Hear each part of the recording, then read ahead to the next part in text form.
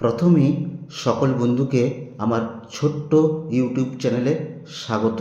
আচ্ছা বলুন তো, ভারতের স্বনামধন্য চিত্র পরিচালক সত্যজিৎ রায়ের বিখ্যাত বাংলা চলচ্চিত্র হীরক রাজার দেশের শুটিং ঠিক কোথায় হয়েছিল? হ্যাঁ, ঠিকই ধরেছেন, এটির শুটিং হয়েছিল জয়চণ্ডী পাহাড় ও তৎসংলগ্ন এলাকায়। আচ্ছা, জয়চণ্ডী পাহাড়টি কোথায় অবস্থিত এবং এখানে যেতে হলে কিভাবে যাবেন এবং এখানে থাকার জন্য কি ব্যবস্থা রয়েছে, এই সমস্ত তথ্যের বিষয়ে আজকের এই ভিডিও। তো ভিডিওটি শেষ পর্যন্ত দেখুন, তাহলে এই জয়চণ্ডী পাহাড় সম্বন্ধে বহু তথ্য জানতে পারবেন।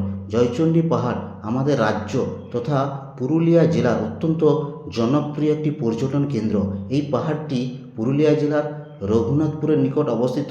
এটি একটি ট্রেকিং স্পট হিসাবে অত্যন্ত বিখ্যাত। প্রায় 800 ফুট উঁচু এই পাথুরে পাহাড়ে চণ্ডী মাতার মন্দির রয়েছে।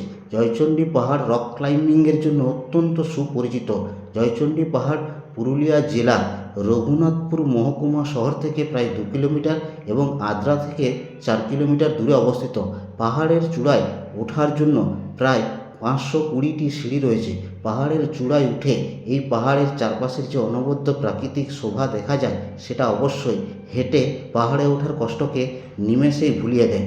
এই স্থানটি 1857 সালে বিদ্রোহের সময় একটি গুরুত্বপূর্ণ স্থান ছিল। সত্যজিৎ রায়ের বিখ্যাত ছবি হীরক রাজার দেশের শুটিং এখানেই হয়েছিল। জয়চণ্ডী পাহাড়ের নিকটতম রেল স্টেশন আদ্রা জংশন বা জয়চণ্ডী পাহাড় স্টেশন। এখানে ঘুরতে আসার উপযুক্ত সময় অক্টোবর থেকে মার্চ মাস, অর্থাৎ শীতকাল এবং বসন্তকাল। প্রতি বছর ডিসেম্বর মাসের শেষ সপ্তাহে পাহাড়ের পাদদেশে জয়চণ্ডী পাহাড় পর্যটন উৎসব পালিত হয়। এখানে আপনি যদি আসতে চান তাহলে জয়চণ্ডী পাহাড় স্টেশনে থামে এমন কোনো ট্রেন ধরে সেখানে নেমে আপনি অটো বা টোটো ধরে আপনি জয়চণ্ডী পাহাড়ের পাদদেশে চলে আসতে পারবেন। আর এখানে থাকা বা খাওয়ার জন্য এখানে প্রচুর হোটেল, রিসর্ট এবং লজ রয়েছে, যেখানে আপনি অনায়াসে স্বাচ্ছন্দ্যে থাকতে পারবেন এবং খেতে পারবেন। আপনি যদি এই পাহাড়ের পাদদেশে থেকে ঠিক পাহাড়ের গায়ে থেকে আপনি এখানকার সারাদিন সহ রাতের যে নৈসর্গিক দৃশ্য সেটা আপনি উপভোগ করতে চান, তাহলে আপনি এখানকার যে পশ্চিমবঙ্গ যুব আবাসের যে হোস্টেল রয়েছে, ইউথ হোস্টেল, সেখানে আপনি থাকতে পারবেন।